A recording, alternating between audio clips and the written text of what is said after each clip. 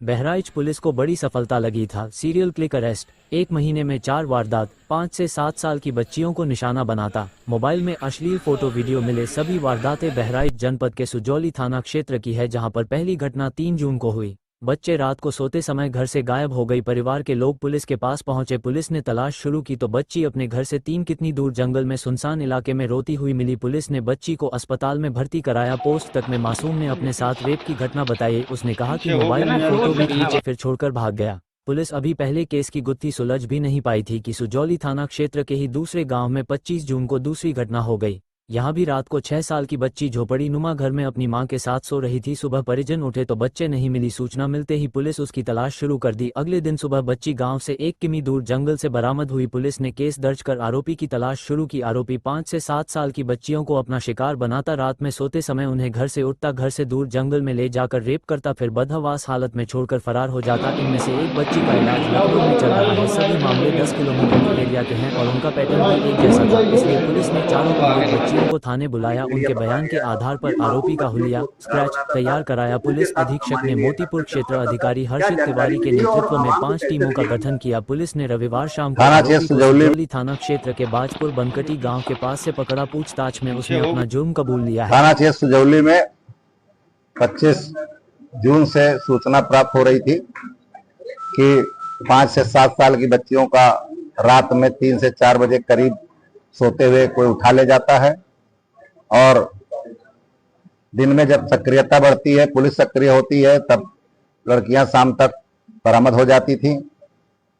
इस तरह से कुल 4 घटनाओं का बात पता चली थी, जिसमें मुकदमे पंजीकृत किए गए थे और 5 टीमें जनपद में पुलिस द्वारा लगाई गई थी।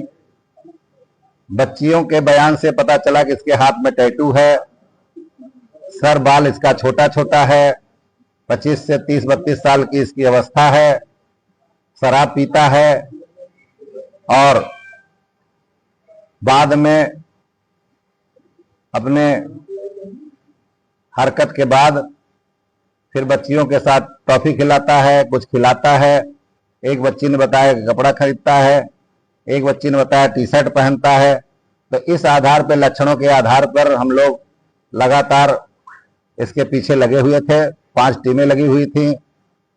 स्थानीय स्तर पर क्षेत्राधिकारी मिहीपुरवा श्रीमती हंसिता तिवारी, श्री डीपी तिवारी, अपर पुलिस अधीक्षक ग्रामीण लगातार वहां कैंप कर रहे थे।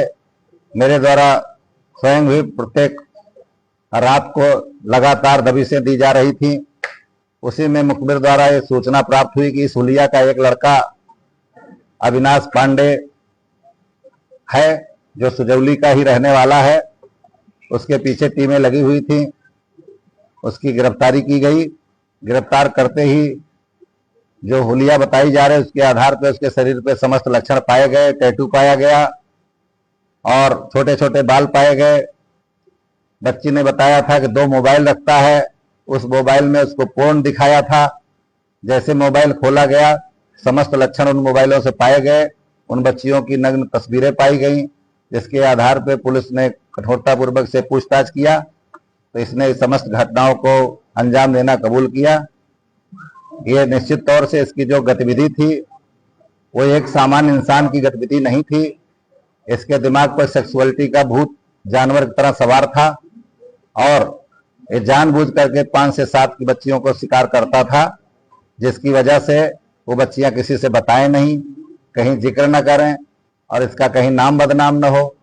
तो इस प्रकार हम लोगों ने, पूरी पुलिस टीम ने पूरा परिश्रम करके इसको गिरफ्तार किया और विवेचनाएं चल रही हैं। 4 मुकदमे जो पंजीकृत किए गए हैं, सभी में इसके माध्यम से घटनास्थल से साक्ष्य प्राप्त हुए, इसके कपड़े प्राप्त हुए, लड़कियों के कपड़े प्राप्त हुए।